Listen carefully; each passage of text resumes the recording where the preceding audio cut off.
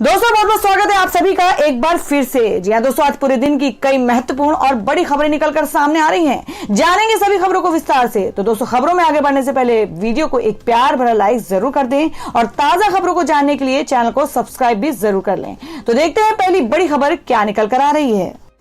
दोस्तों, आज की पहली बड़ी खबर बता दें कि महाराष्ट्र में 24 घंटे में 10,000 लोग निकले कोरोना पॉजिटिव, 53 की हुई मौत, सरकार की बड़ी चिंता।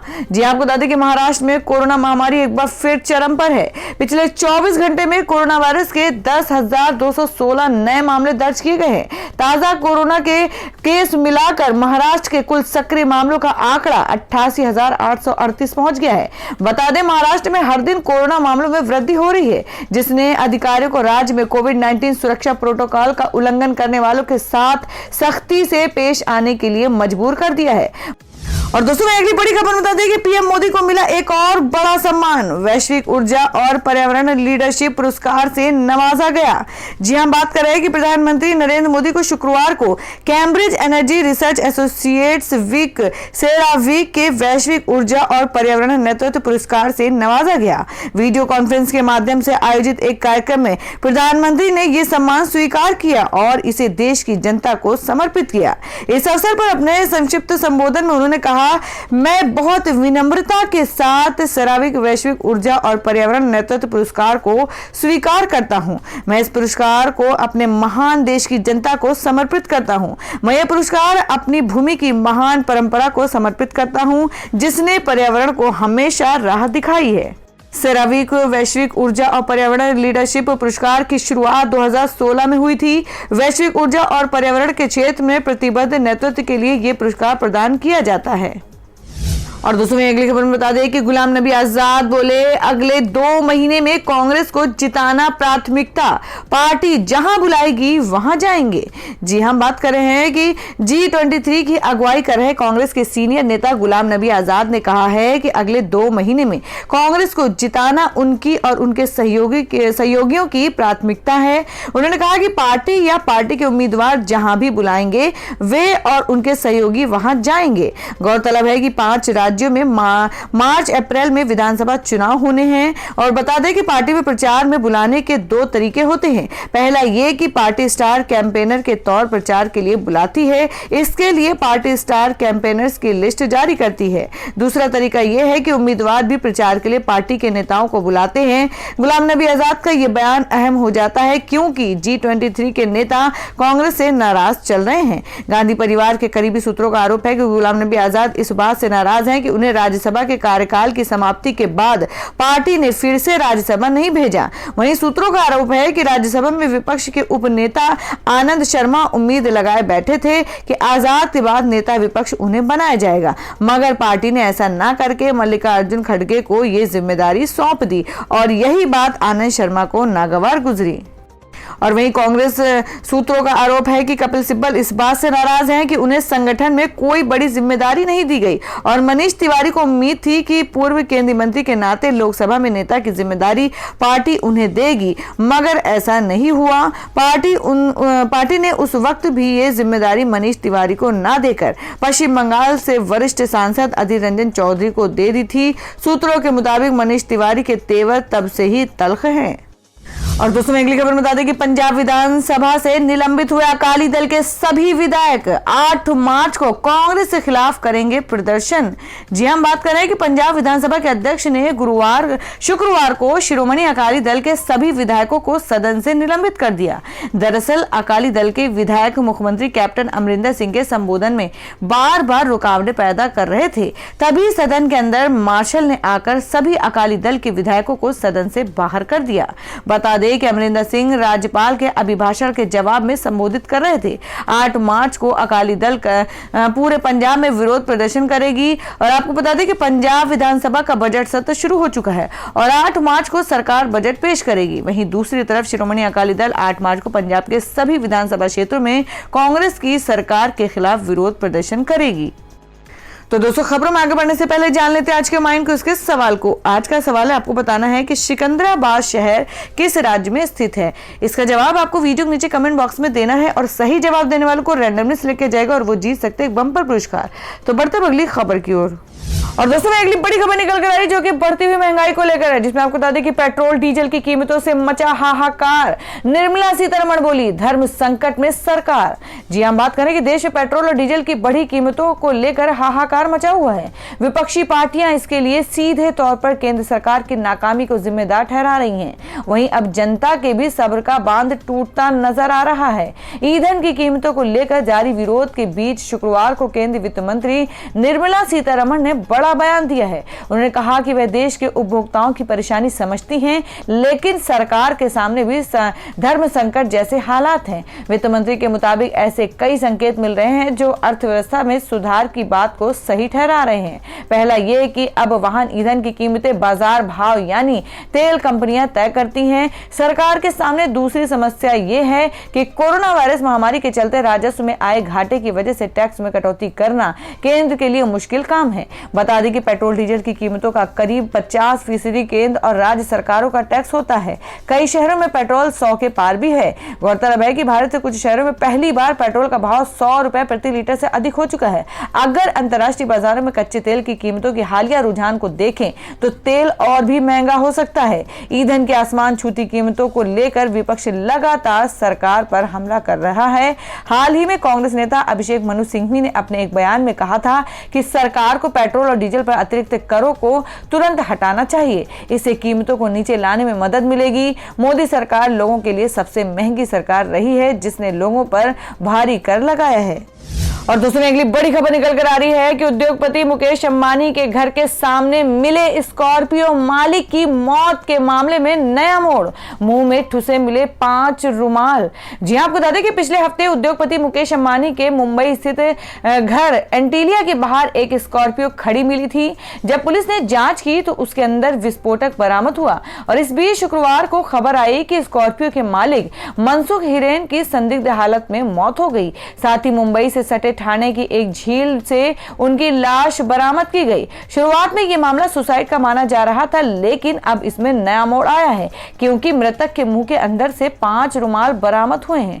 मामले में महाराष्ट्र के गृह मंत्री अनिल देशमुख ने कहा है कि मौत का कारण पोस्टमार्टम रिपोर्ट आने के बाद ही पता चल पाएगा, लेकिन मामले की गंभीरता को देखते हुए एटीएस को इसकी जांच सौंप दी गई है। इस बीच अंग्रेजी चैनल इंडिया टुडे ने सूत्रों से हवाले में बताया कि मृतक मनसुख हिरेन के मुंह में 5 रुमाल भरी हुई थी। इसके अलावा उनका शव कीचड़ में था, जिसे पुलिस ने सफाई कर्मचारियों की मदद से निकाला।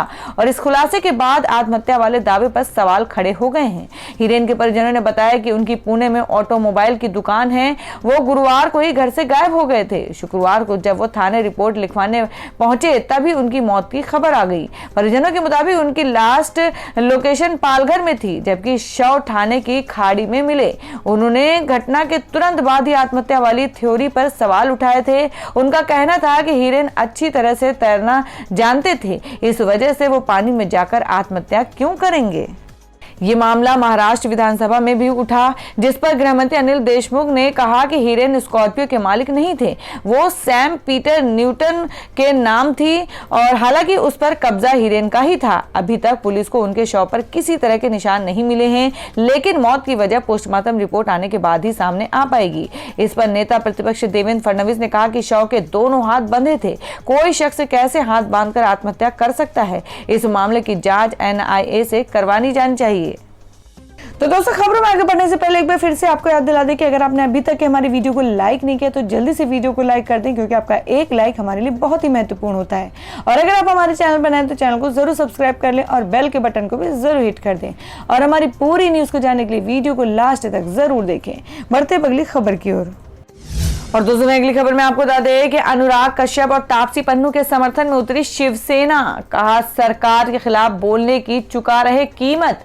जी हम बात करें कि शिवसेना ने शुक्रवार को बॉलीवुड एक्टर तापसी पन्नू और फिल्म निर्माता अनुराग कश्यप के घरों और कार्यालयों पर आयकर विभाग की छापेमारी की कार्रवाई के खिलाफ केंद्र सरकार पर निशाना साधा। शिवसेना ने अपने मुखपत्र सामना में लिखा कि मोदी सरकार के खिलाफ बोलने वाले कलाकारों और सिने जगत के निर्माता निर्देशकों पर इनकम टैक्स के छापे पड़ने लगे हैं। तापसी और अनुराग केंद्र सरकार और उसकी नीतियों के खिलाफ अपनी आवाज उठाते हैं, इसलिए उनके साथ ऐसा हो रहा है। शिवसेना ने अपने मुखपत्र सामना में कहा, सर्वोच्च न्यायालय ने हाल ही में कहा है कि केंद्र सरकार के खिलाफ बोलना देशद्रोह नहीं है। उसी दौरान मोदी सरकार के खिलाफ बोलने वाले कलाकार और सिने जगत के निर्माता निर्देशक पर आयकर विभाग के छापे पड़ने लगे। मुंबई पुणे में 30 से ज्यादा ठिकानों पर छापे मारे गए। तापसी पन्नू और अनुराग कश्यप खुलकर अपने विचार व्यक्त करते रहते हैं।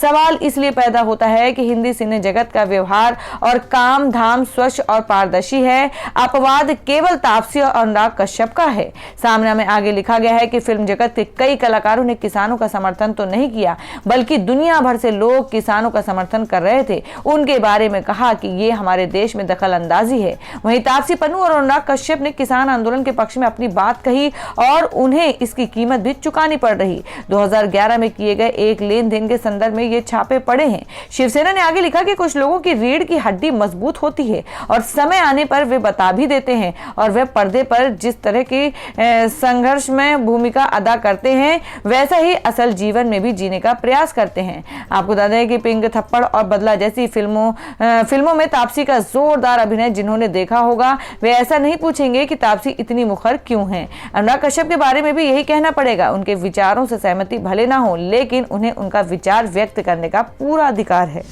और दोस्तों मैं अगली बड़ी खबर बता दें कि महबूबा मुफ्ती को ईडी ने भेजा समन, 15 मार्च को पूछताछ के लिए बुलाया। जी आपको बता दें कि जम्मू कश्मीर की पूर्व मुख्यमंत्री महबूबा मुफ्ती को प्रवर्तन निदेशालय ईडी ने मनी लॉन्ड्रिंग के मामले में समन भेजा है। ईडी ने उन्हें पूछताछ के लिए बुलाया है। समन में उन्हें 15 मार्च को एजेंसी के सामने पेश होने के लिए कहा गया है। इससे पहले ईडी ने Jammu Kashmir cricket association money laundering case में पूर्व मुख्यमंत्री फारूक अब्दुल्ला की 11.86 करोड़ की संपत्ति ने जब्त कर ली थी। फारूक अब्दुल्ला ने प्रवर्तन निदेशालय के उस आदेश को चुनौती दी है जिसमें एजेंसी ने कथित संशोधन के एक मामले में करीब 12 करोड़ रुपए मूल्य की उनकी रिहायशी और वाणिज्यिक संपत्ति जब्त की है। फारूक ने ईडी के आदेश को जम्मू कश्मीर हाई कोर्ट में बुधवार को चुनौती दी। ईडी ने आरोप लगाया कि अब्दुल्ला 2001 से 2011 तक जम्मू कश्मीर क्रिकेट एसोसिएशन के अध्यक्ष रहे और इस दौरान उन्होंने अपने पद का दुरुपयोग किया और निकाय में नियुक्तियां की ताकि भारतीय क्रिकेट कंट्रोल बोर्ड द्वारा प्रायोजित कोषों में हेराफेरी की जा सके। और दोस्तों अगली खबर में जान लेते हैं क्या है देश भर में सोने और चांदी के ताजा भाव। जी आपको बता दें कि 3 दिन में 1100 रुपए तक सस्ता हुआ सोना, चांदी में भी 1200 से ज्यादा की गिरावट। जानिए क्या है सोने और चांदी का ताजा भाव। जी आपको बता दें कि कोरोना वैक्सीनेशन प्रोग्राम का असर सोने की कीमतों पर दिखाई दे रहा है। वैक्सीनेशन के चलते सुरक्षित निवेश के तौर पर सोने में निवेश के प्रति निवेशकों का रुझान कम हुआ है और इस वजह से गुरुवार को दिल्ली सराफा बाजार में सोने की कीमत में लगातार तीसरे दिन गिरावट आई।